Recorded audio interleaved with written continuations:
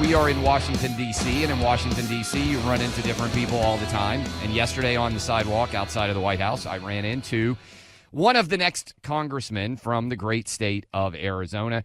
He is Jay Feely, been on before. All right, so you are making the rounds in Washington, D.C. as you get ready for a primary season.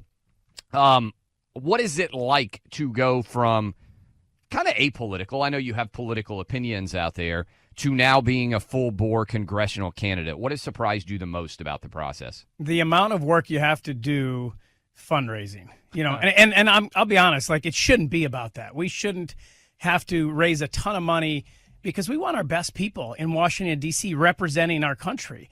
So it shouldn't be about having to go out and raise money, and then whoever raises the most money, they're going to have an advantage. But that's the reality of the system. And so you have to spend 5-6 hours a day doing call time, calling people, trying to generate those donations, and then they judge you by like how much money you raise. Do you ever have a conversation with somebody where you just want to talk about saving America and having the funds to do it, and they want to talk about that second kick you missed? I'm just wondering, does this ever come up? Yeah, for sure. But it's kind of fun because I call somebody out of the blue and they actually know who I am. Oh yeah, you were the kicker, or you were the announcer, and so it gives you that avenue to say, yeah, here's what I did. And here's why I'm willing to walk away from an announcing job where I only had to work 5 months of the year. Yeah. And I got paid well to do it, and I loved doing it, and it was fun.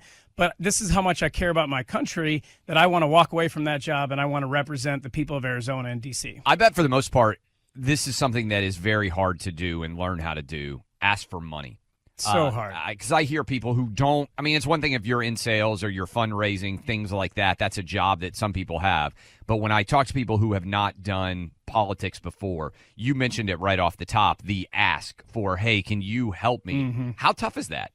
Well, you have to sit there and you don't even get a tax deduction if you're donating to my campaign. Yeah. So it's terrible. But at the same time, the more you do it and when you meet people, I think right now in America, you have two different distinct parties that have completely different views of what America should look like. And they've never been further apart, not in my lifetime. So I think those people that love our country and that truly believe that President Trump and his America First policies are making our country better, they want to support candidates that are going to support him and that are willing to be advocates and willing to go on TV and aren't afraid of the blowback. And, that's the kind of guy I am. That's who I'll be in Congress. What are the most important things that you would want to tackle, assuming you win this seat? Well, for all Americans, I think that was not supposed to be no. The play two on issues, words there. The tackling thing that's that right. just happened. And I love to tackle. So how many tackles have you made in your career? I think about 50. Oh, that's a lot. That's way more than I would have thought. Oh, I was a guy running down there like I was going to hit you. That was fun for me. Kicking was my job. Okay, let's be honest. Tackling somebody was fun. When the kicker annihilates somebody, the stadium goes insane. And I'm like standing up, jacked up, all excited. Then I go back to the side. I'm like, oh my gosh. What was the best hit you ever had on somebody? Ted Ginn.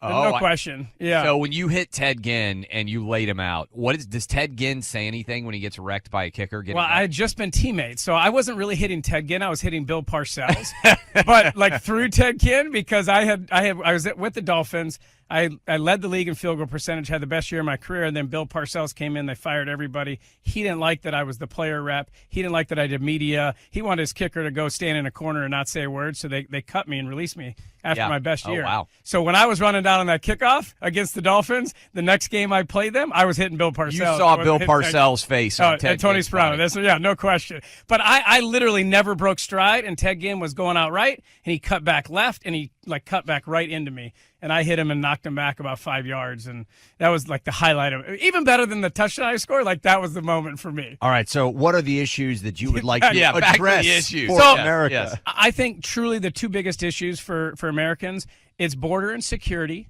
and it's the economy. And when you look at what happened over the last 4 years with the Biden administration and Democrats in general, they willingly let tens of millions of illegals come into this country and put politics in front of the protection of the American people. They can't get away with that. They said for 4 years, we need a bill passed. We can't do anything. We need a bill passed. And then Trump comes in and in 4 months completely close down the border and secure the border. And so the American people need to hold Democrats accountable for that. They want to ignore it. And all the issues that we're seeing in L.A. and throughout the country, that goes directly back to what they did at the border and the decisions they made to let those people come across. And I'm an advocate for legal immigration. Like I had 2 kids that we brought legally from Haiti and helped them go to college. So when I stand up there and talk about securing the border and not having illegal immigration, I think we also have to be able to say, hey, it's okay to love immigrants and to want more legal immigration and an easier legal immigration process while being ardently against illegal immigration. I think those two things get conflicted. And then the economy, people just want to be able to look at their future, especially young. My son's here with me. He's on the campaign, just got married. Him looking at buying a house in our district, median house, $450,000. Yeah, it's crazy. It's doubled twice in the last 6 years out in Arizona. And you see that across the country, this massive inflation. And so you have to find ways to help people believe in their future and believe that I'm going to be able to provide for my family and that I'm going to have a job. And I think that's the job of President Trump and the Republicans right now. Create a bill that helps everyone. Create a bill that helps the economy, that grows the economy, and provides opportunity for everyone. You have been in sports for a long time. I saw you weigh in on this. We talked about it earlier the week on the show. She since apologized. What did you think when Simone Biles went after Riley Gaines? Obviously, she didn't have the full concept of what she was talking about because now she's pulled back those comments. But as a dad who coached his daughter's girls' high school soccer team, they didn't have a girls' team when my daughter was going into high school. I'm like, that's ridiculous. They said, well, we need a coach. I said, all right, I'll coach the team. So we started the team. 5 years later, we win a state championship. But watching those girls and what they accomplished and the opportunities they had and those life lessons, I don't want that taken away from any single girl because a guy decides I want to play in girls' sports. And the argument that they're not biologically better is absolutely ridiculous. It's completely devoid from any rational thinking. And this is important, all right? This is an issue I wanted to dig into since you sat down with us. Clay thinks that in his current state, he could go 1v1 against a WNBA player. Okay. Inside. Excuse me, I'm setting this up. All right. I don't want him thinking that I'm going to break down Caitlin Clark. He's already hedging, okay? He's already hedging. But he thinks that he could, old man style, use that wide body and back her down. Back her down. And can you shoot? Game to 11. I was a pretty good shooter. I didn't say no. You said in the past tense. Yeah. I'm saying, well, can you shoot? The only thing the player. Clay thinks game to 11, he can take Angel Reese and has put up $250,000. I want to see it. I'll be there. Idea. I would see, but I'm irrational would you back thinking that I could do it too. Would you back his play or would you hedge against our man Clay?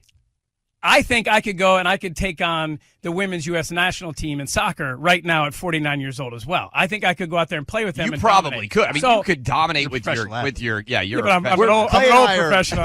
Clay and I are voice athletes. We're vocal cord studs. So your question is an important one. So the only recent basketball play I have had was against my 8th grade son. Now he's a pretty good basketball player, but he's probably 5'8", 5'9", so I'm bigger than him. And he's going to be so disappointed that I said this publicly to millions of people. I beat him head-to-head in the backyard. Now, he was really upset that I beat him. So that's the last time that I had. That's your job as a dad is to beat him. Absolutely. Some people are like, hey, I'll let him win. I was chance. like, no, I'm going to make him work. Now, he's had about 3 or 4 months since then where he has continued on the upswing, and Dad's definitely on the downswing. And the last time I played, I don't know if you know this, in a competitive game, and this is a sad thing, but they have lawyer basketball leagues.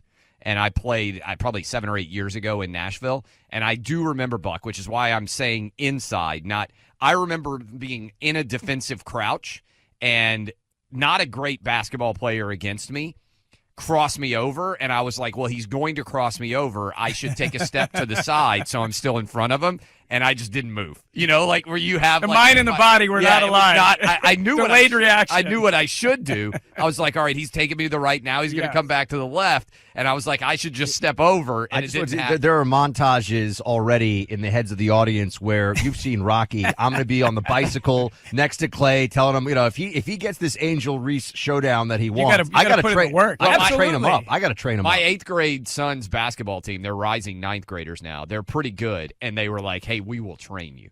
So I play with LPGA girls in golf. Well, yes. There's a couple of members that I'll play with them, and I can beat them. When I play well, and I'm a 2, so not great, but when I play well and I putt well, I can beat them head-to-head. That's from playing from the men's tees. That's playing the exact same tees, right, all the way back, right. So if you take a dude, here, my son out here is 22. He's a 2 as well, but he hits it like 350. If he decided, I want to play in the LPGA Tour, and I'm going to identify as a woman. Yep. It's ridiculous. Yeah, you know, they would dominate that tour, just like Serena Williams saying, "Hey, if I played, the 50th or 100th ranked man, like I'd get my butt kicked." I might have to bring your services as an announcer into the mix if we do this Clay Angel Reese showdown. I will come and really produce this thing properly. Let's go. Yeah, so. I will come announce it. By the way, the athletes, white, black, Asian, Hispanic, men in particular, athletes, guys who even played high school, college, or pro. Are there any guys that actually think this is okay that you've ever met of any background? I don't think rational men do. Yeah. You talk about a locker room. We talked about this last time. I think maybe 5%, less than 5%, because you know how special sports is. And you know the impact that it has on people's lives and how it can change the direction of someone's life. And I think that's what makes it so special, and you want to protect that for women. It's not saying that I don't love somebody who's transgender. I don't want to see them happy. That's not it at all. You're saying, hey, let's protect sports for women and make sure that we're not taking something away, an accomplishment from somebody because some guy says, I want to compete in women's swimming or I want to compete in a women's sport. It's just not right. It's not fair, and it's not safe. Jay, what is your site for Congress? We need those folks to step up and help you in your district. jfeelyforcongress.com. You can go on there, check it out. You can donate and support. And listen, we're just trying to make this country better every day. I think that's why I'm willing to walk away from my job in broadcasting, because I believe in this country. I believe in its future. And, I want to be a part of making it better. Through the uprights for America. That's right. Make America great again, and let's keep it that way. Amen. Jay Feely, go check out that Thank site. Look, I want to tell you, Pure Talk, gifting 1,000 military veterans American-made American flags. This is a company led by a veteran himself. Flags made by Allegiance Flag. Pure Talk believes every service member who's faithfully served this country deserves to proudly fly an American flag, one that's made in America. You can participate too. Just switch your cell phone service to Pure Talk. This month, a portion of your monthly rate will go to provide high-quality flags to deserving veterans. With plans from just $25 a month for unlimited talk, text, plenty of data, you can enjoy America's most dependable 5G network while cutting your cell phone bill in half. Average family saves over $1,000 a year. Just dial pound 250. Say the keywords Clay and Buck. Pure Talk's U.S. customer service will get you switched hassle-free in as little as 10 minutes. Again, dial pound 250, say Clay and Buck to support veterans and to switch to America's wireless company, Pure Talk.